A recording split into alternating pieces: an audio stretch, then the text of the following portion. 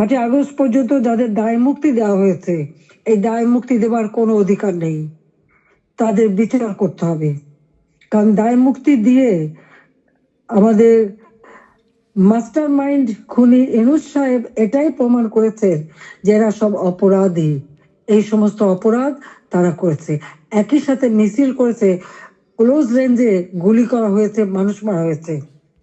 আবু সাইদের হত্যাকাণ্ড, মুগ্ধর হত্যাকাণ্ড, সব হত্যাকাণ্ডের জন্য কিন্তু এই মাস্টার মাইন্ডের দায়ী। কারণ তারাই এই হত্যাকাণ্ড ঘটিয়েছিল, কারণ লাশ ফেলো সরকার পড়ে যাবে। হ্যাঁ, আমি যদি আরো শক্তি প্রয়োগ করতাম, অনেক লাশ পড়তো, আমি সরে আসতাম না। কিন্তু আমি তো লাশের উপরে লাশ ফেলতে চাইনি।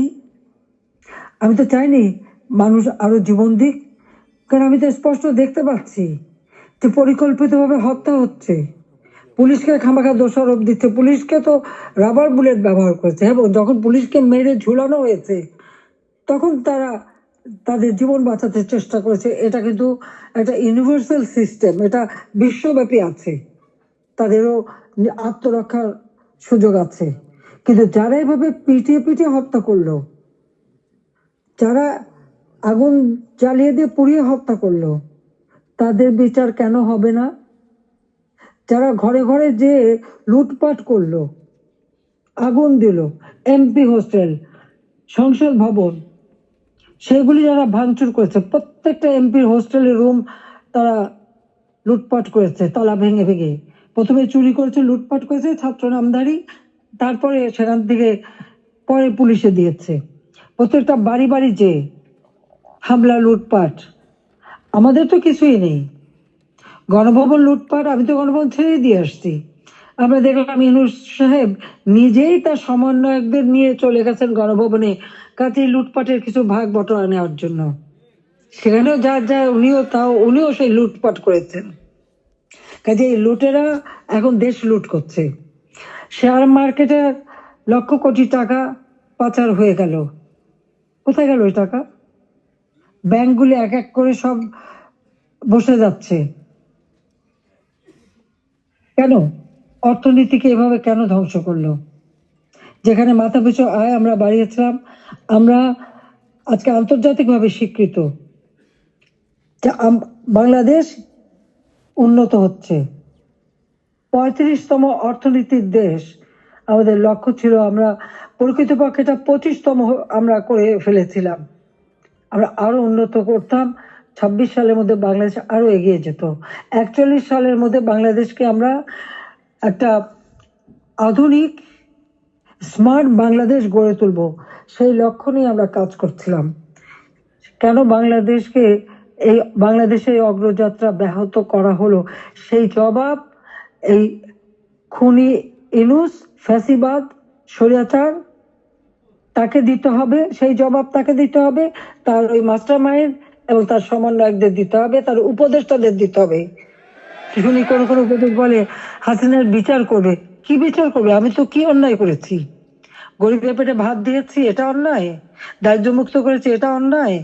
জনগণকে কথা বলার সুযোগ দিয়েছি, ভোটের অধিকার ফিরিয়ে দিয়েছি, হত্যাকুর ষড়যন্ত্র রাজনীতি বন্ধ করেছি, এইগুলি আমার অন্যায়? আমার হাত দিয়ে তো কোনো খুন হয়নি।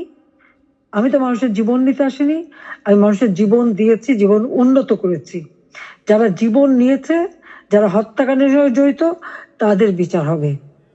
এবং সংবিধানের 7ম অনুচ্ছেদের খ অনুযায়ী কেউ যদি অবৈধভাবে ক্ষমতা দখল করে, তার বিচার হয়।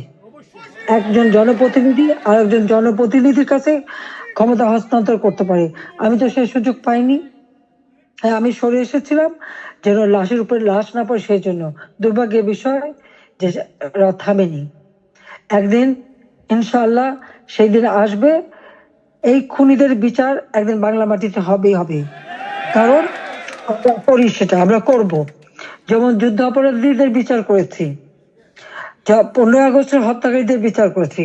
আমি জানি এই যুদ্ধ অপরাধীদের বিচার করেছি বলে আমার বিরুদ্ধে মামলা, এবং আইসিটিতে ওই আন্তর্জাতিক যে ট্রাইব্যুনাল আমরা করেছিলাম যুদ্ধ অপরাধীদের বিচার করতে, আজকে সেই কোর্ট করে সেখানে আমার মামলা হবে, সেখানে আমার বিচার হবে। কেন?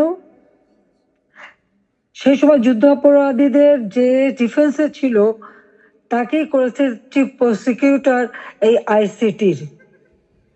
আর জামাতের একটা দল হয়েছিল এবি পার্টি, সেই পার্টির যে একজন প্রেসিডেন্ট ছিল সে হয়ে গেছে এই আইসিটির চেয়ারম্যান।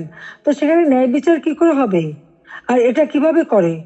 এটাও তো একটা বিচারের একটা নর্মস তাতে পড়ে না, কিন্তু গায়ের জোরে সব করবে তারা, কারণ তাদের হাতে অস্ত্র আছে, লাঠি আছে, পেটোয়া বাহিনী আছে, সন্ত্রাস বাহিনী আছে, সেটা দিয়েই তারা এই বিচার করতে চায়। এটাই তারা করবে, এটাই তাদের লক্ষ্য। যাক, আমি অনেক সময় নিলাম, আপনারা ধৈর্য ধরে আমার বক্তব্য শুনেছেন, আমি আপনাদেরকে আন্তরিক ধন্যবাদ জানাই। ইনশাল্লাহ এই বিজয়ের মাস আমাদের, এই অন্ধকার কেটে যাবে, নতুন সূর্য উদিত হবে, বাংলাদেশ আবার উন্নয়নের পথে এগিয়ে যাবে। এই ফ্যাসিস্ট খুনি পরিকল্পিতভাবে যে আমাদের দেশকে ধ্বংস করছে, এই খুনি ইউনূস এবং তার যে চেলা চামুন্ডা সন্ত্রাস বাহিনী, তার উপদেষ্টা, তার সমন্বয়ক, ইনশাআল্লাহ বাংলাদেশের জনগণই তাদের বিচার করবে, সে বিচার হবেই। এটা অবশ্যই হবে, আমি বলতে পারি, কারণ আমরা ন্যায়ের পথে আছি, সত্য পথে আছি। আমি জনগণের কল্যাণে কাজ করি, জনগণের ভাগ্য পরিবর্তন করেছিলাম, সেটা নষ্ট করেছে। ইনশাআল্লাহ আবার এদেশের মানুষ জেগে উঠবে, আবার বাংলাদেশের মানুষ বিশ্বব্যাপী মর্যাদা পাবে, সম্মান পাবে। সবাইকে আমি আন্তরিক ধন্যবাদ জানাই, আবারও ধন্যবাদ জানাই আমাদের প্রবাসীদের, আমাদের অর্থনীতিকে, আপনাদের অনেক অবদান।